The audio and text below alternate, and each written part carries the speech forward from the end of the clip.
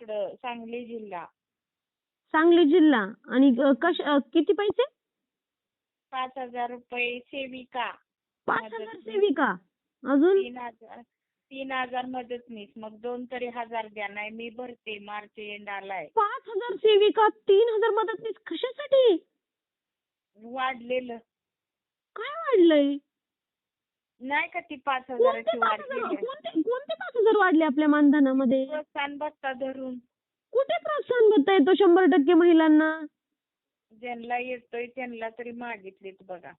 बर. तुम्हाला फोन केलेली वायदंडी. अरे मदतनीस ताईला एवढं तरी मानधन येतंय का? केंद्राचं मानधन नाही मदतनीस ताईला येत. तिला ऑलरेडी आता 4-5 हजार रुपये सुद्धा महिना तिला येत नाहीये सध्या. पण आता आणि त्याच्यातून 2-2, 3-3 हजार द्यायचे, मग तिने काय खायचं महिनाभर? काय मग आता वाढते ती म्हणल्यावर आता वेतन श्रेणी सांगली जिल्ह्यामध्ये कोण आहे तुमचे अध्यक्ष? कोण आहे आयटकचे? जाऊन द्या, ती अलका माने आहे. अहो पण जाऊ दे ठीक आहे, मी काय फोन नाही करणारी, पण मला म्हणायचं की किती व्हिडिओ लावलेत, किती बोललोय, त्यांची दुकानदारी बंदच होत नाही, तुमच्या जीवावर चालू आहे आणि तुम्ही सगळे देताय म्हणून त्यांची हिंमत आहे घ्यायची. बंद करा ताई, प्लीज बंद करा हे सगळं. मी नाही बघा 14 सालापासून. तुम्ही तर नाहीच नाही, पण बाकीच्या ताई जेवढे ग्रुपला तेवढा आपला व्हिडिओ सेंड करा जरा त्यांना, नाहीतर मग माझी आपल्या ग्रुपची लिंक टाका त्यांना, घ्या इकडे जॉईन करून.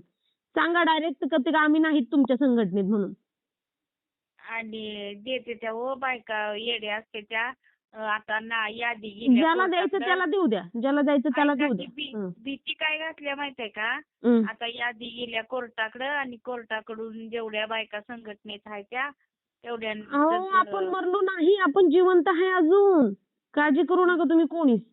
अजिबात काय ते कोर्ट फिरट काही नाही. ते सगळा रूल सगळ्या महाराष्ट्रातील सेविकांना सारखा असतो. माझं उदाहरण देत्या म्हणती, तिला घर काना घाट का होणार आहे एक दिवस. बरं काही हरकत नाही आहे. तुम्ही आपल्या ग्रुपला जॉईन आहे ना? होय.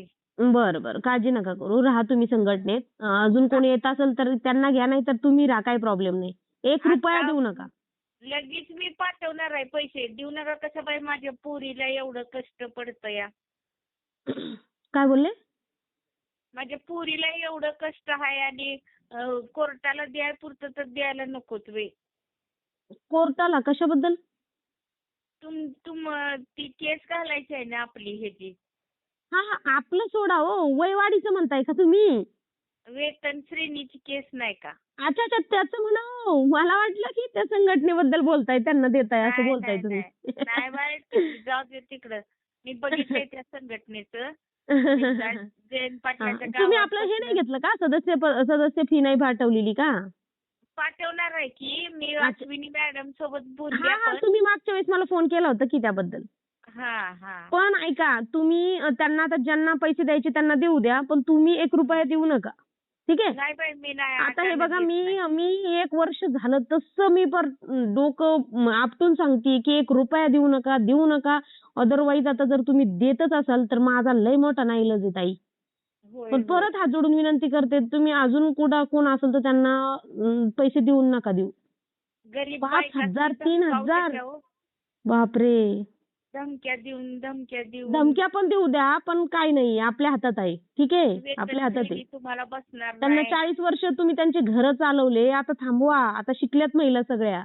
होय हो, लय पैसा उकळला, भयानक उकळू द्या. त्याच्यामुळेच नवीन संघटनेचा जन्म घातलाय. अजून जर ह्या लुबऱ्यांना जर कळत नसेल की आपण काय करतोय, एवढ्या अंधभक्त असतील या, तर आपण त्यांचं काहीच करू शकत नाही. पण जेवढ्यांना कळतंय ना तेवढ्यांना सांगू शकतो आपण. म्हणती माहितीये का? ती काय सांगते सगळ्यांना, छाया पाटीलला नाही वेतन श्रेणी बसणार.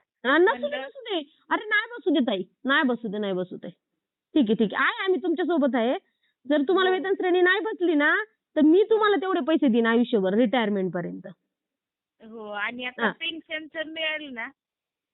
मग त्याचा मुद्दा मार्गी लागलाय ताई. आता त्याची फाईल सहमत झाली का, त्याची सही झाली का मुख्यमंत्र्याची, त्याचं लगेच खाली ऑर्डर येऊन जातील सगळ्यांना, सरसगटीतील. हो. बघा ताईंनो, इतकी भयानक परिस्थिती आहे आणि